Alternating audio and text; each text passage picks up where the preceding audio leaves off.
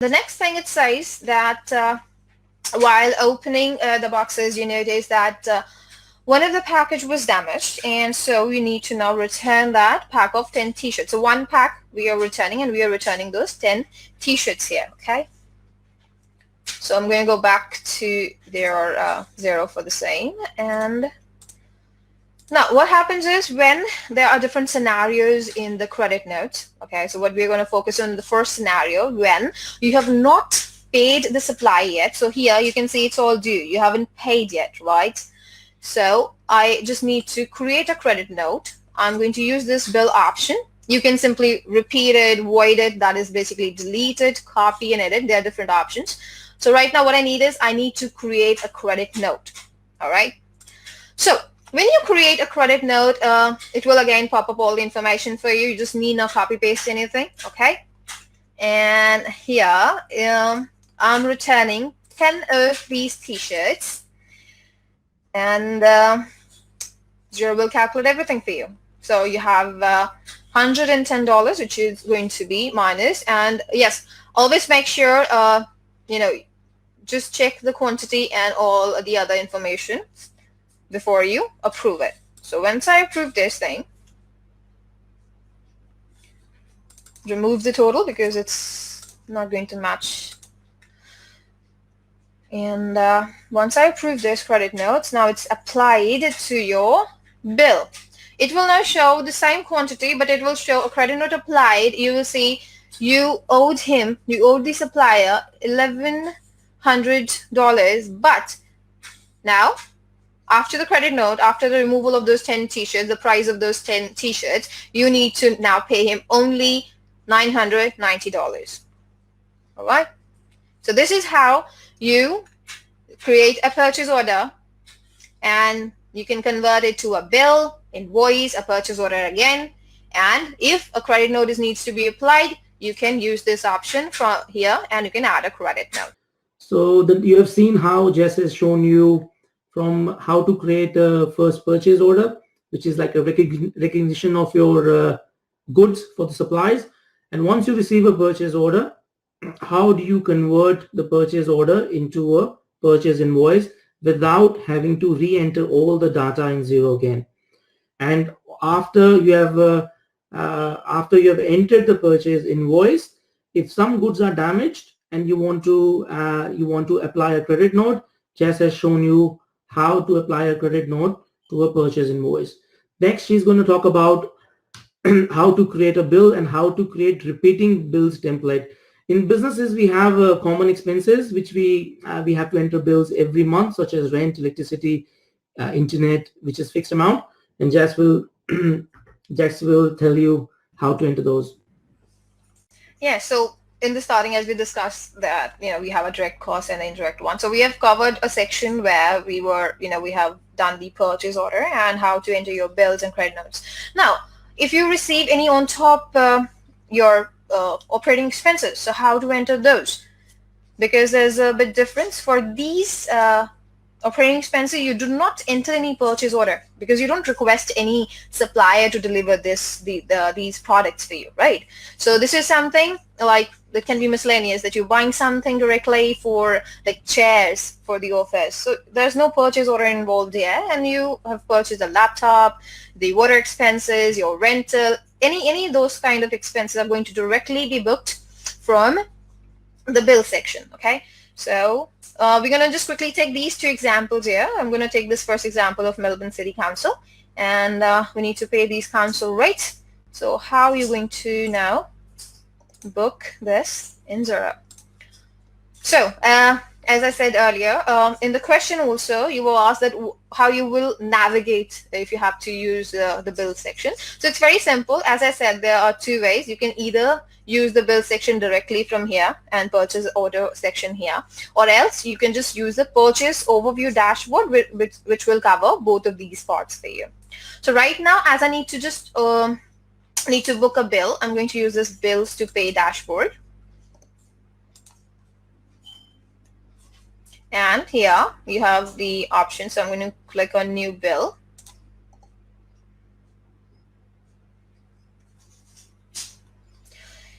So it is the City Council.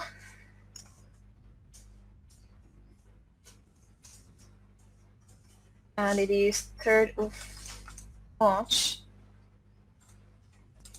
If the due date is not given, use the same date.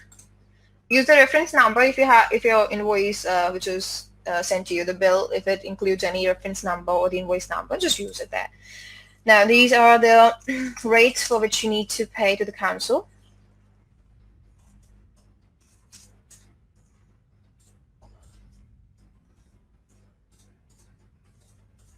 $6.50 of it. And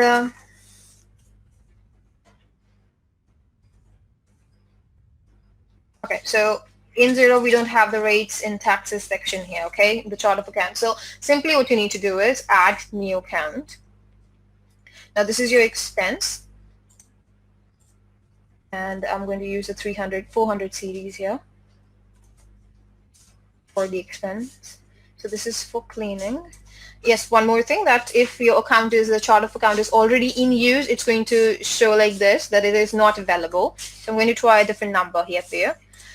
And okay, so rates and taxes, we're going to use this, and obviously there's no GST on the taxes. So if we are paying any sort of council rates or taxes, you can't put GST. GST is a tax, so you cannot put a tax on tax. So save GST-free rates and taxes, the council rates paying for $650, and that's it. So I've put in all the details for you and approve. So once you approve this, this will reflect in your profit and loss account, and this will show in the awaiting payment tab that you need to pay this particular bill. So if you check the awaiting payment section, you'll see 3rd of March here, City Council, it is yet to be paid. All right. And let's take quickly the second example. That is again $650 for a computer equipment, Harvey Norman, and it's a laptop. All right, 15th of March. So going back to your Xero. Here you can either use this add another bill. This is also again one option you can use, or else you can go back to the dashboard and use this new bill. So I'm going to add another bill. It's going to open a blank format again for you, and so it's Harvey Norman. It is 15th of March. Due date, again, there is no due date mentioned, so I'm going to use the same, no reference number. It's a laptop that I'm buying, that I've bought actually, and that's one laptop for $650. Now it is what? It is my office equipment. It is asset for me, right? So one more thing, the assets, that is going to hit in your capital, right? So if you don't see the tax rate here, the GST on capital tax rate, so what you need to do is here, use the advanced settings, go to the tax rates. You just need to simply change the tax rates. That's it. You need not create any tax rate. This is your basic list of tax rates, which is used for the simpler BAS. So you need to change this to the advanced tax rates and click OK. And you will receive, you will see that the capitals section and the others are also added. So go back to the bill. I'm just going to save this because it's incomplete. I'm going to save this and open this again, view bill.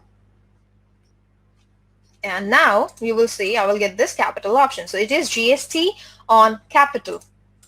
It is going to be capitalized and not in the profit and loss. So if you're using a coding, a capital coding here in the account, it will show on your balance sheet. But then tax rate which you're using here is the expense. So it's going to be, your BAS is going to reflect this purchase in your expenses. So that is not correct. So make sure your assets are booked with the tax rate of capital only. So this goes to, now the total shows 715, but the total was 650. So it should be tax inclusive, not exclusive. So if your unit price is 650 inclusive of tax, so I need to change this. And now 650 inclusive of 10% of GST, that is $59.09. So pretty much good here. Now approve. Remove the total and approve. So this is how you add your bills. All right. Guys, let's see how many people are paying attention actually and not sleeping away. Let's see how many get the correct answer. Purchase orders can be copied to create a new purchase order, invoice, bill, all of the above. 17 people have answered. Guys, let's we'll open up another 15 seconds and then Jess can share the results. So, all right. So as I said, while explaining the purchase order section, that Xero they give option there to mark the particular purchase order as billed. But along with that, they have other multiple options too. So I'm going to just quickly close this. So maximum people that chose the right answer here, 68%. So all of above, yes, you can convert a purchase order to an invoice, a bill, and a purchase order again. All right. Okay, so 68% are actually following. correct. Great. And this was related to the previous section. So very good, guys.